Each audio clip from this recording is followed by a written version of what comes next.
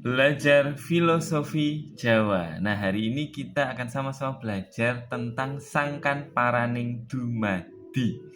Nah, apa itu? Jadi Sangkan Paraning Dumadi itu adalah sebuah filosofi Jawa yang konteksnya belajar tentang asal dan tujuan kehidupan. Jadi manusia itu berasal dari mana dan akan kembali kemana. Lalu implikasi filosofisnya adalah kesadaran diri.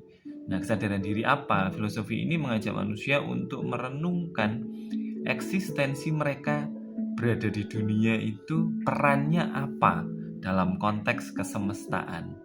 Lalu dalam etika dan moral, kesadaran akan muncul dan mendorong manusia pada prinsip-prinsip moral yang kuat seperti kejujuran, keadilan, dan kasih sayang. Serta ada dimensi spiritual yang kuat. Jadi, Sangkan Paraning Dumadi mengajarkan tentang hubungan manusia dengan Sang Pencipta.